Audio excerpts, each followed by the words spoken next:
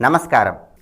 ఆంగ్ల నూతన సంవత్సరంలో సర్వతోముఖాభివృద్ధిని సాధించటానికి, అష్టైశ్వర్య సిద్ధికి నాంది వాక్యం పలకటానికి లక్ష్మీదేవికి సంబంధించినటువంటి మంత్రాలను జపం చేసుకుంటూ కొన్ని ప్రత్యేకమైనటువంటి విధి విధానాలను పాటించాలి. ప్రతి నెలలో పౌర్ణమి తిథి రోజు లక్ష్మీదేవి రావి చెట్టులోకి ప్రవేశిస్తుంది కనుక ధన సమృద్ధిని పెంపొందింపజేసుకోవటానికి ఏ నెలలోనైనా సరే పౌర్ణమి తిథి రోజు ఒక రావి చెట్టు ఆకును తీసుకొని వచ్చి దానిని శుభ్రంగా నీటితో కడిగి దాని మీద కుంకుమతో శ్రీరామ అని వ్రాసి ఆ రావి చెట్టు ఆకు మీద శనగపిండితో తయారు చేసినటువంటి ఒక లడ్డూను ఉంచి హనుమంతుడి ఆలయంలో సమర్పించాలి. ఇలా సమర్పించినట్లయితే లక్ష్మీ కటాక్ష సిద్ధి చాలా సులభంగా ఏర్పడుతుంది. అలా సమర్పించిన తర్వాత లక్ష్మీదేవికి సంబంధించినటువంటి ఓం మహాలక్ష్మ్యై చ విద్మహే విష్ణుపత్న్యై చ ధీమహి తన్నో లక్ష్మీ ప్రచోదయాత్ అనేటటువంటి మంత్రాన్ని 108 సార్లు జపించుకోవాలి. ఓం శ్రీం శ్రీయై నమః అనేటటువంటి మంత్రాన్ని 21 సార్లు చదువుకోవాలి.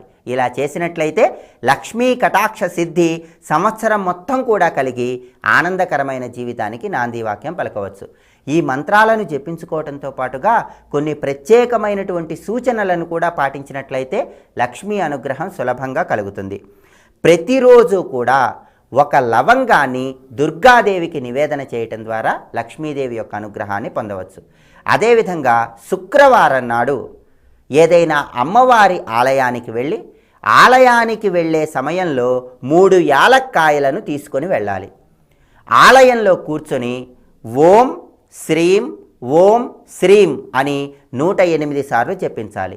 108 సార్లు ఈ మంత్రాన్ని జపిస్తున్న తరుణంలో యాలక్కాయలు 3 చేతిలో ఉంచుకోవాలి.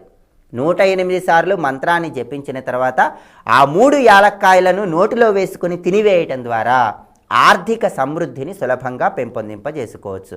అదేవిధంగా ప్రతి ఆదివారం నాడు ఆవుకు బెల్లం తినిపించటం ద్వారా, ప్రతి బుధవారం నాడు ఆకలితో ఉన్నటువంటి ఒక వ్యక్తికి భోజనం పెట్టడం ద్వారా ఇల్లు, భూమి ఇలాంటి స్థిరాస్తిని పెంపొందింపజేసుకొని ఆర్థిక సమృద్ధిని పెంపొందింపజేసుకోవటానికి కూడా ఆస్కారం ఎంతగానో ఉంది. అలాగే ఈ ఆంగ్ల నూతన సంవత్సరం మొత్తం కూడా లక్ష్మీదేవి యొక్క అనుగ్రహాన్ని పొందటానికి వీలైనప్పుడల్లా రావి చెట్టు దగ్గరకు వెళ్ళి ఒక ఇనుప పాత్రలో పాలు, నీళ్లు, నెయ్యి, చక్కెర వీటిని కలిపి రావి చెట్టు మొదట్లో పోయాలి. ఇలా చేయటం ద్వారా కూడా లక్ష్మీ కటాక్ష సిద్ధి ఏర్పడుతుంది.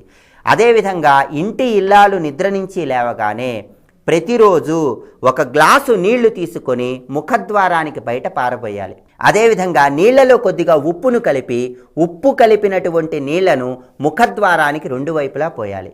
ప్రతి అమావాస్య నాడు గృహంలో బూజు దులిపి పూజా మందిరంలో ధూపం వేయాలి. ఇలా చేయటం ద్వారా కూడా లక్ష్మీ కటాక్ష సిద్ధి ఏర్పడుతుంది.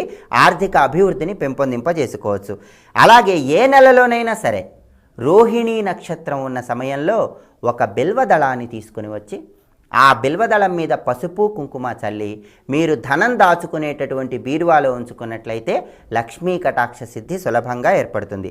అలాగే ఈ ఆంగ్ల నూతన సంవత్సరం మొత్తం కూడా బ్యాంకులలో ధనాన్ని జమ చేయటానికి వెళ్ళినప్పుడు, సమస్త ఆర్థిక కార్యకలాపాలను నిర్వహిస్తున్నటువంటి తరుణంలో శ్రీం అని మనస్సులో వీలైనన్ని సార్లు అనుకోండి.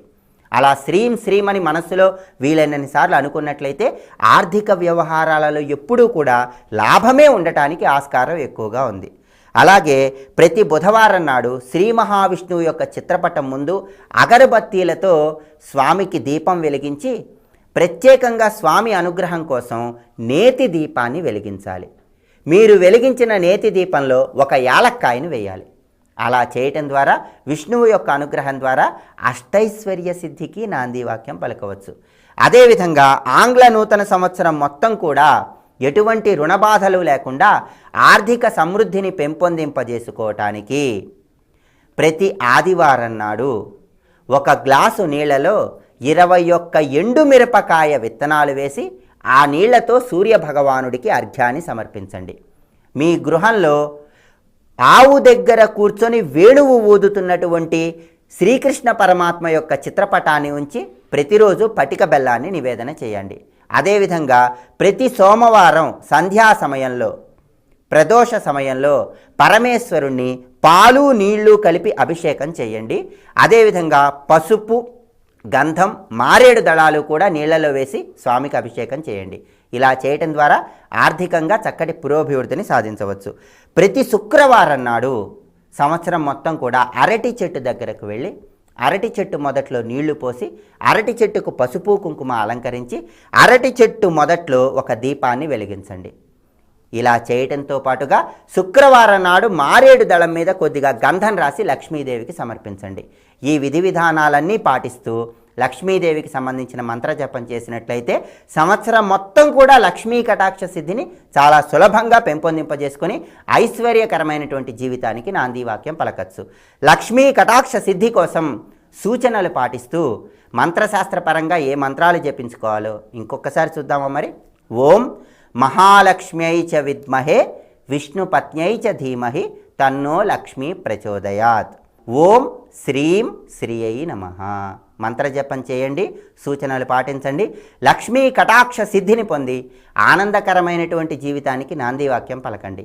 ఇప్పుడు శుభదినం అనే అంశంలో ఈనాటి విశేషం ఏమిటో, ఈనాడు ముఖ్యంగా ఆచరించవలసిన విధి విధానాలు ఏమిటో పరిశీలిద్దాం. సర్వే జనాః సుఖినో భవంతు.